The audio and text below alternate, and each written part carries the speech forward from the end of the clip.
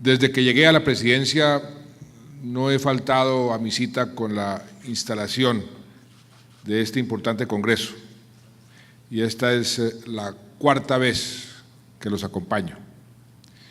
Y me gusta hacerlo porque soy un convencido de que el buen funcionamiento del Estado depende de que los tres poderes que lo conforman trabajen en armonía, sin desconocer, por supuesto, su autonomía. Como demócrata que soy, tengo un profundo respeto por la rama judicial del poder público que imparte justicia a la sociedad cuando el ciudadano estima que sus derechos han sido vulnerados. Qué hermosa y delicada tarea la que ustedes representan. Y recibí muy complacido la noticia de que esta novena edición del Congreso, que anualmente reúne a la jurisdicción constitucional, tiene por título el del diálogo constitucional para la paz. Sé, señor presidente Jorge Iván Palacio, que el tema escogido no fue un azar, sino el producto de la reflexión sobre cómo la Corte Constitucional podía dar otro aporte a Colombia, otro más, en este importante momento histórico que estamos atravesando. La corporación judicial que ustedes representan ha dado muestras en su corta pero muy fructífera existencia de que tuvo razón el constituyente de 1991 al crear una institución que ha sido, es y seguirá siendo un faro de juridicidad para nuestro país. Tengo la convicción de que realizar un diálogo constitucional para la paz es la más importante contribución que en este momento ustedes pueden hacer para la consolidación de ese anhelo largamente postergado de los colombianos. Por eso, como presidente de la República, agradezco y valoro especialmente que dediquen estos días a pensar, a deliberar sobre la paz y deliberar y pensar desde la óptica constitucional. Soy consciente de que los debates constitucionales en torno de la paz suponen posiciones en ocasiones antagónicas y por ello lo que aquí se exponga y aquí se debata en los próximos 3 días nos dará pautas muy importantes para las negociaciones que en este momento nuestro gobierno está llevando a cabo. Estaré muy pendiente de los resultados de este encuentro y conociendo su programación, su temática concreta, el nivel de los expositores tanto nacionales como internacionales, cómo me habría gustado que mis ocupaciones me permitieran quedarme con ustedes, porque sé que es mucho lo que aquí se puede aprender. Yo espero que nuestros negociadores y sus equipos de apoyo, e incluso los propios representantes de las FARC, puedan seguir el evento en su transmisión por internet, porque lo que aquí se diga será sin duda un material muy útil para seguir avanzando. De hecho, sé que hay delegaciones de varias instituciones del gobierno y fuera del gobierno, tomando atenta nota de este conversatorio. Porque aquí no solo se va a analizar desde la perspectiva jurídica el tema planteado, como lo muestra el estudio de los tribunales constitucionales y la paz, sino que han tenido la creatividad de incluir la temática de cómo el arte puede ser repensado en una situación de transición hacia la paz. No solo van a abordar el tema de la búsqueda de la paz, incluyendo la perspectiva histórica y política, sino que van a tratar sobre la tensión que existe entre la persecución judicial y la consecución de dicha paz, donde se juega mucho de la legitimidad con la que aspiramos blindar el proceso actual. No solo estudiarán el tema de la reparación de las víctimas, que ha sido fundamental desde los inicios de mi gobierno, sino también el punto esencial de la reconciliación y algo que mencionó el gobernador de Antioquia, el posconflicto, que desde ya tenemos que avisorar y tenemos que comenzar a consolidar. Y aquí llegamos al tema de la justicia transicional, es decir, la aplicación de los mecanismos necesarios para lograr justicia en tiempos de transición del conflicto armado a la paz, un tema central en los análisis de la Corte Constitucional en los días pasados, que es hoy de la mayor importancia para Colombia. Si queremos una paz cierta, debemos conciliar fines que a primera vista parecen incompatibles: la realización de la justicia y el respeto de los derechos de las víctimas, por un lado, y el fin de una violencia de décadas y la prevención de daños futuros, es decir, de nuevas víctimas, por el otro. Hay que buscar, y de eso se trata la justicia transicional, una estrategia integral que nos permita al mismo tiempo la máxima satisfacción posible de los derechos de las víctimas y el logro de una paz estable y duradera. La paz es el producto de una negociación en la que todos tenemos que ceder, todos cedemos. Pretender lo contrario, querer imponer la paz por la fuerza y en forma unilateral, sería resignarnos a más décadas de violencia, a más décadas de dolor, de odio fratricida. Sería resignarnos a más víctimas, a más muertes, a más pobreza. Y yo creo que los colombianos no queremos resignarnos a eso. Pero la paz es también, y no hay que olvidarlo, una negociación en la que todos ganamos, porque qué mayor beneficio para una sociedad que recuperar la tranquilidad y la normalidad para avanzar hacia el progreso, una sociedad que se libere del miedo, del temor. De ahí la pertinencia de este diálogo constitucional para la paz. Colombia, en el curso de su historia, se ha ganado un merecido puesto en el concierto de las naciones como un país respetuoso del derecho como supremo mecanismo para la solución de los distintos conflictos de intereses que se presentan en una sociedad, y no solo a nivel individual, sino a nivel colectivo.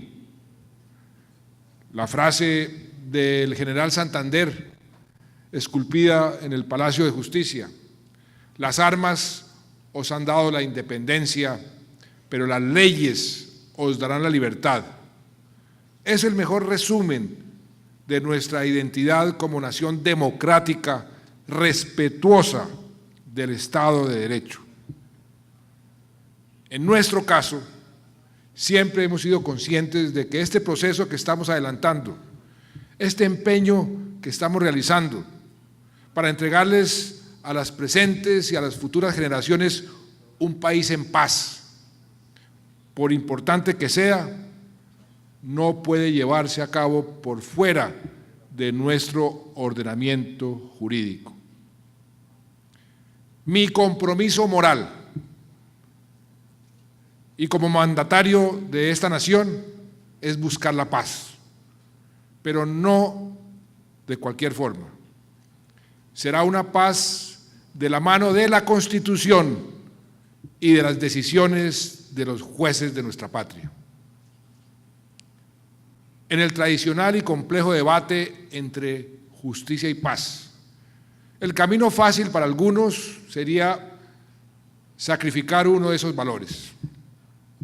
Yo como presidente no puedo renunciar, en nombre de todos los colombianos, a ninguno de estos bienes supremos, que son además derechos consagrados en la misma Carta Política.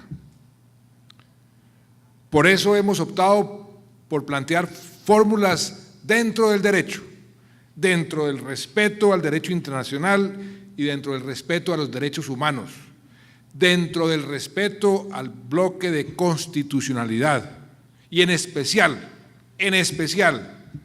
a los derechos de las víctimas, que permitan al mismo tiempo el logro de la transición hacia la paz. Seguimos considerando que el derecho, aún en escenarios de conflicto interno, es y seguirá siendo la verdadera garantía y la vía civilizada más adecuada para resolver las diferencias, por graves que éstas sean. Algunos han querido equiparar situaciones distintas, como la de la aplicación de normas generales de amnistía o indulto, o la de leyes de punto final a las que apelaron regímenes no democráticos en nuestro continente, con la utilización de mecanismos de justicia transicional en un país con tradición democrática como el nuestro. Pues bien, no son equiparables. La justicia transicional en un contexto democrático y en particular en un contexto de transición del conflicto armado hacia la paz, tiene necesariamente perspectivas distintas. Y hay que destacar que, como lo ha señalado la propia Fiscalía de la Corte Penal Internacional en años anteriores, ningún país del mundo está haciendo tanto en materia de justicia transicional como Colombia. Ya en el plano interno, y aquí veo al exfiscal Luis Moreno y le agradezco además esas palabras en ese sentido, y ya en el plano interno, nuestro gobierno respeta y comprende el papel de nuestro Tribunal Constitucional y entiende su función como intérprete autorizado de la Constitución política. Por ello, los juicios de ponderación que ha realizado la Corte, tanto en relación con la Ley de Justicia y Paz como en el más reciente examen del marco jurídico para la paz, serán acatados plenamente. Yo estoy convencido de que el conflicto colombiano es grave, muy grave, es complejo, pero no es irresoluble. Y creo también que el logro de la justicia en un contexto de transición no es un absoluto imposible. La reciente decisión de la Corte Constitucional al declarar exequible el llamado marco jurídico para la paz ha contribuido sustancialmente a aclarar el panorama jurídico relacionado con la negociación que se adelanta en La Habana y con una eventual negociación con el ELN. No debemos olvidar que en la mayor parte de los conflictos que finalizaron mediante negociaciones en todo el mundo y en especial en algunos países de América Latina, se adoptaron medidas para facilitar la incorporación a la sociedad de los excombatientes. La importancia de los bienes constitucionales que están en juego, especialmente la paz como derecho colectivo, como principio y valor constitucional, implica que otros bienes constitucionales puedan ponderarse de determinada forma para alcanzar una finalidad cuya legitimidad nadie pone en duda. La Corte Constitucional, por otra parte, se ha pronunciado de manera reiterada sobre los derechos de la población en situación de desplazamiento y en general sobre los derechos de las víctimas de graves violaciones de derechos humanos en el marco del conflicto armado. Ha sido particularmente importante la labor de la Corte en el seguimiento de la sentencia, la T-025 del año 2004, para precisar el cumplimiento de los deberes estatales respecto de esta población. Y aquí hay que destacar el liderazgo asumido por el gobierno y el compromiso del Congreso, que yo agradezco permanentemente al sacar adelante la ley de víctimas y de restitución de tierras. En esa norma se recogieron las principales reglas sentadas por la jurisprudencia constitucional en esta materia a lo largo de estos años, lo que demuestra la intención por parte de las otras ramas del poder público de seguir los lineamientos trazados por el tribunal encargado de interpretar con autoridad nuestra Constitución. Y aquí debo dejar algo muy en claro. Mi deber, mi obligación como jefe del Estado no es solamente defender los derechos de las víctimas de este absurdo conflicto fratricida, sino trabajar dentro del marco de la Constitución y de la ley para impedir que haya nuevas víctimas. Y hacia allá apunta nuestro esfuerzo por lograr un acuerdo razonable para el Estado y razonable para la sociedad con los alzados en armas,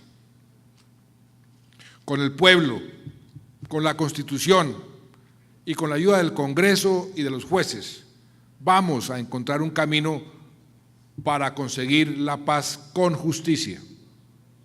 Eso sí, sin renunciar a nuestro derecho de buscar fórmulas que nos permitan construir nuestro propio camino para llegar a una sociedad respetuosa de los derechos humanos que tenga como pilar del desarrollo, el desarrollo pacífico y la convivencia ciudadana.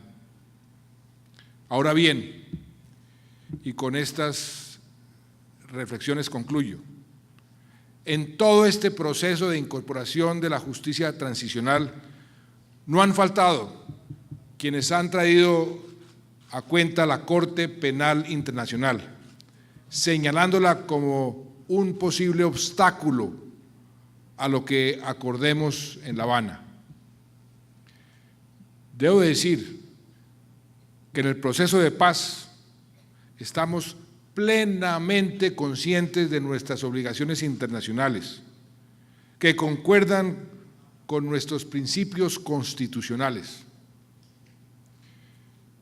No hay que perder de vista que el Estatuto de Roma de la Corte Penal Internacional establece una jurisdicción internacional de índole subsidiaria y residual, una jurisdicción que solo tiene aplicación cuando no existe voluntad o capacidad del Estado para juzgar crímenes de guerra o de lesa humanidad.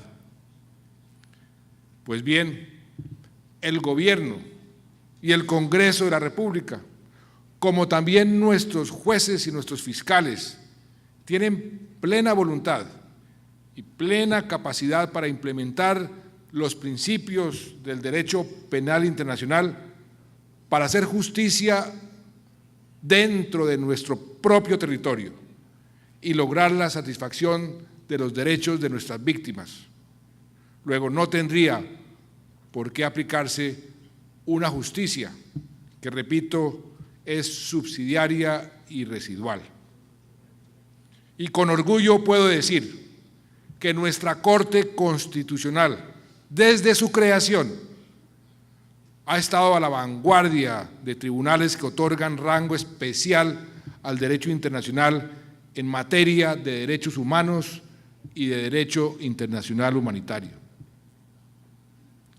El marco jurídico para la paz prevé las herramientas, tanto judiciales como extrajudiciales, para satisfacer los derechos de las víctimas y prevenir que haya más violaciones a sus derechos y para evitar que se generen nuevas víctimas.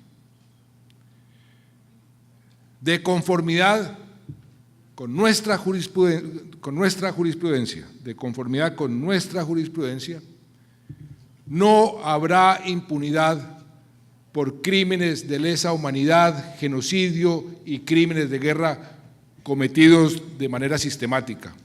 Que oigan bien allá en La Habana, que oigan bien en La Haya, en Ginebra o en Nueva York, que oigan bien en la Macarena, en el Catatumbo o en el cañón del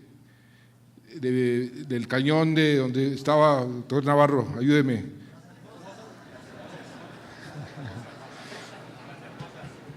En Cañón de las Hermosas, que conoce el doctor Gómez Méndez muy bien y el doctor Navarro también.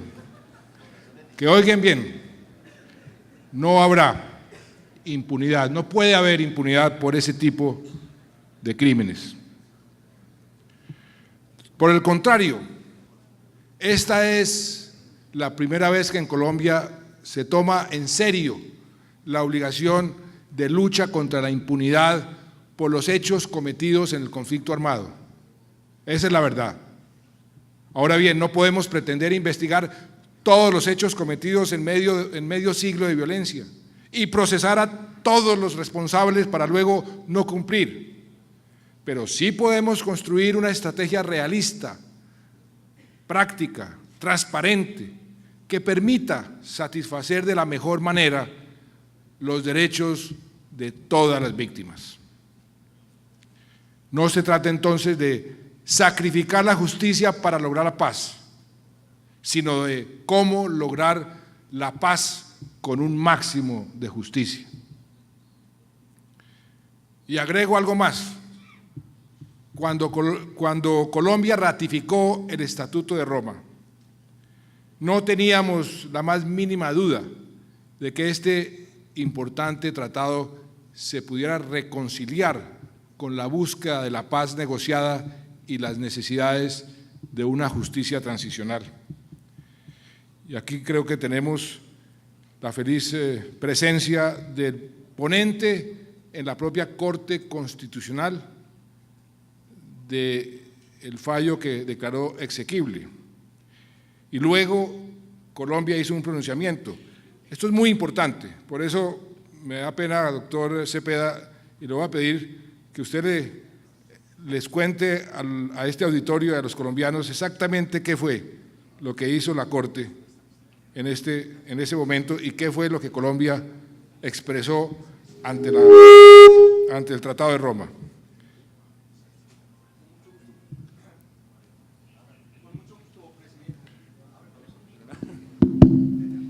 Gracias, presidente. Sí, en esa sentencia la Corte Constitucional juzgó el Estatuto de Roma y consideró que ese era compatible con la Constitución, pero sugirió de manera muy respetuosa al presidente de entonces, el presidente Andrés Pastrana, que al hacer la ratificación del Estatuto de Roma, Colombia hiciera una declaración interpretativa según la cual Colombia entendía que el Estatuto de Roma no se oponía a la concesión de amnistías en el marco del derecho internacional humanitario, siempre y cuando se estuviera a la terminación, a la finalización de las hostilidades, como lo dice el protocolo 2 de los convenios de Ginebra, y efectivamente el presidente Andrés Pastrana hizo esa declaración interpretativa al hacer la ratificación del tratado. Gracias, presidente. O sea que nosotros tenemos un margen un poco más amplio, según esa expresión, que es lo que es importante entender. Por lo menos ningún Estado protestó contra esa interpretación. Ahora, de todas maneras, yo me resisto a concebir un sistema de justicia internacional que obstaculice el camino de una nación que busca, sin desatender a sus víctimas ni descuidar el derecho a la verdad, terminar un conflicto como el nuestro de más de medio siglo. Si es que la justicia internacional lo que busca es precisamente la consolidación de la paz y el respeto a los derechos humanos. ¿Y cómo mejor se respetan los derechos humanos que poniendo fin a un conflicto violento y fratricida? El derecho penal internacional y los derechos humanos siempre han sido receptivos al debido balance entre fines aparentemente antagónicos. Y también reconocen el necesario margen de apreciación y de ponderación que corresponde a cada Estado y a sus decisiones autónomas en la solución de las contradicciones que enfrenta todo proceso de paz. Y como jefe de Estado voy a defender, donde se requiera, ese margen de libertad, ese margen de autonomía de Colombia para forjar nuestro propio camino de reconciliación. Y así lo haré con toda claridad y contundencia la próxima semana ante la Asamblea General de las Naciones Unidas. Y es que las Naciones Unidas fueron concebidas precisamente para buscar la paz y para resolver pacíficamente los conflictos. ¿Y por qué voy a ir hasta allá? Porque todos estos años nos han enseñado que la paz no solo es necesaria, sino que en nuestro caso es urgente, porque no queremos otro medio siglo de muertes y de sangre, porque los colombianos tenemos derecho, y así lo dice nuestra propia Constitución, a la vida, a la convivencia, a la libertad y a la paz. Muchas gracias.